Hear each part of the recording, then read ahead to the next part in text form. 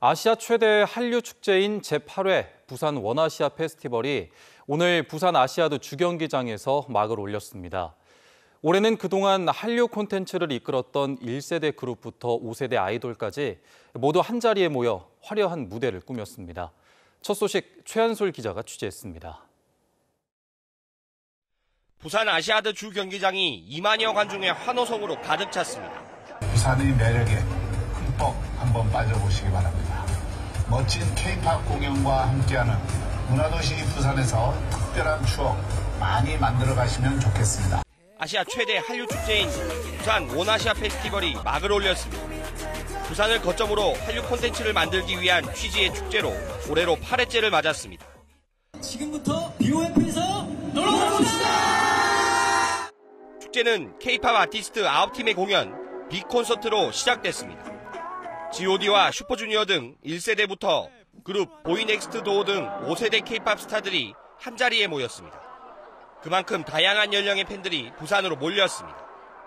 오늘 저희 딸이 제로베이스 원을 너무 좋아하는데 처음 콘서트거든요. 그래서 이제 같이 왔어요. 저는 G.O.D 보러 왔고요. 저희 딸은 제로베이스 원 보러. 저녁 7시 본 공연을 보기 위해 공연장 밖은 이른 오전부터 대기줄이 이어졌습니다. 좀 설레요. 처음으로 콘서트 오는 거라서 좀 설레고 있어요. 기대하고 있어요. 파이팅! 내일은 국내 대표 감성 보컬인 멜로망스와 폴킴, 적재 등의 가수들이 화명 생태공원에서 파크 콘서트를 이어갑니다. 특히 내일은 별도의 예매 없이 자유로운 입장이 가능한 만큼 대중교통을 이용한 행사장 방문이 당부되고 있습니다. KNN 최한솔입니다. 자녀들의 사교육비 부담은 지역 간 격차를 키우는 건 물론 저출생과 지역 소멸의 원인으로도 꼽히는데요. 전국에서 처음으로 공교육 차원의 인터넷 강의를 도입한 부산교육청의 실험을 두고 기대와 우려가 엇갈리고 있습니다. 김건영 기자의 보도입니다. 서부상권의 한 중학교 1학년 방과학교 시간입니다. 학생들이 각자의 스마트 기기로 인터넷 강의를 듣습니다. 다른 이야기를 가져와서 설명해 주셔서 이해가 더 잘 돼요. Q&A로 쌤한테 질문도 할 수 있어서 좋은 것 같아요. 인터넷 강의 녹화가 한창인 스튜디오. 까다로운 심사를 거쳐 선발된 강사들은 모두 지역 현직 교사입니다. 지역 학생들의 자기주도 학습을 돕는 데 초점을 맞춘 맞춤형 강의를 준비했습니다. 아이들이 어려워하는 것들이나 많이 헷갈려하는 것들을 저희가 누구보다 잘 알고 있다고 생각을 하거든요. 그래서 그런 부분들을 강의에 최대한 반영해서 교재를 공동 개발한 다른 교사들도 녹화를 함께 지켜보며 완성도를 높입니다. 같이 콘텐츠 촬영할 때 같이 검수도 해주시고 교재도 같이 집필하고 제작하고 만들도록 팀 단위로 활동을 하고 있습니다. 부산 지역 학생 10명 가운데 8명꼴로 사교육을 받고 있습니다. 1인당 월 평균 사교육비는 43만 4천 원에 달합니다. 5년 전보다 참여율은 10%, 사교육비 부담은 16만 원 가까이 늘었습니다. 특히 지역별로 사교육 이용 격차가 두드러졌습니다. 이용률 차이가 최대 28%나 벌어질 정도입니다.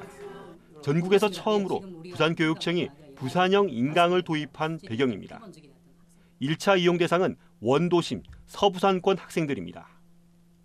지난해 9월 고1 과정부터 개설됐는데 대상 학생의 70%가 이용한 것으로 파악됩니다. 올해부터는 중1 과정이 오는 2026년까지는 중학교 전 과정으로 확대합니다. 동서간의 어떤 교육 격차를 완화는 물론이고 기본적으로는 학생들에게 어떤 자기주도적 학습력을 길러줘서 학력 향상을 이렇게 꾀하고 또 나아가서는 사교육 수요를 흡수함으로써 어떤 사교육비 경감에도 크게 기여하리라 생각됩니다. 하지만 교사 노조 등은 기존 EBS 강의와 크게 다를 게 없다며 실효성에 의문을 제기합니다. 또 교사가 인강 시청을 지도하는 방식도 교권 추락을 불러올 것이라 반발하고 있습니다. KNN 김건영입니다. 우주항공청 개청 시점에 진주시가 사천시에 갑자기 행정통합을 제안했습니다. 사천시는 반발하는 상황인데요. 사천 진주 통합은 10여 년 전에도 무산된 적이 있는데 이번에 또다시 제의가 나온 배경을 두고 궁금증이 커지고 있습니다. 이 소식은 이태훈 기자가 취재했습니다. 우주항공청 임시청사 개청을 일주일 앞둔 지난달 중순 진주시는 갑자기 사천시에 행정통합을 제안했습니다. 10여 년 전에도 진주 사천 통합이 추진됐지만 사천 주민 반대로 무산된 바 있습니다. 그런데 진주시가 또다시 통합 카드를 꺼내들면서 그 배경에 관심이 쏠리고 있습니다. 진주시 입장에서는 내심 우주항공청 본청사 위치는 진주와 가까운 곳에 두기를 바라고 있습니다. 하지만 사천 지역 반대 여론 등 쉽지 않은 문제입니다. 특히 관련 기업이나 유관 기관을 유치하는 데 있어서도 새로운 갈등이 불거질 가능성이 큽니다. 때문에 사천과의 행정 통합으로 행정 낭비와 유치 갈등을 줄이겠다는 의도입니다. 사천, 진주의 개별적 접근으로는 시행착오와 불필요한 갈등이 발생할 소지가 큽니다. 우주항공청 개청으로 통합에 대한 당위성은 갖췄다는 주장도 나옵니다. 항공이나 우주 관련된 개발을 하려고 하는 지자체나 회사들이 굉장히 많습니다. 이런 상황에서 사천하고 진주 같은 경우에서는 서로 제 생각에는 퍼즐이 맞다고 생각을 하고 있거든요. 하지만 사천시는 크게 반발하고 있습니다. 지난해 경남도와 도의회가 제안했던 생활쓰레기 광역 소각장 설치 문제를 진주시가 반대했던 기억도 남아 있습니다.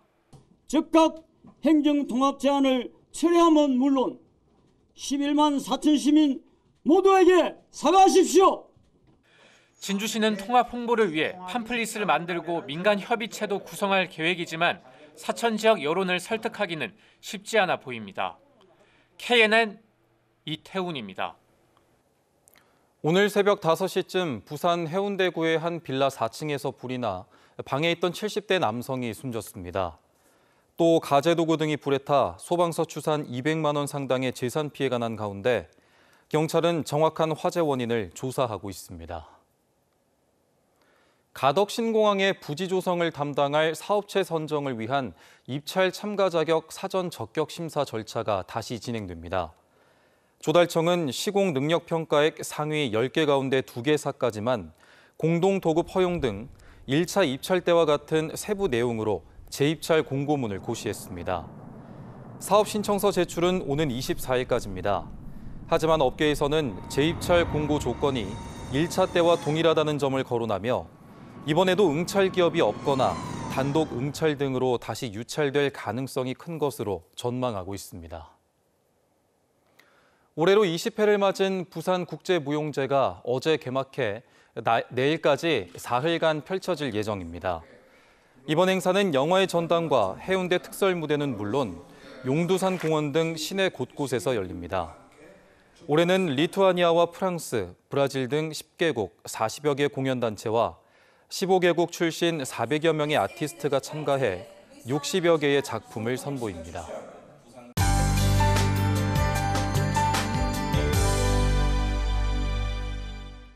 주말인 오늘 오전부터 종일 비가 내렸는데요.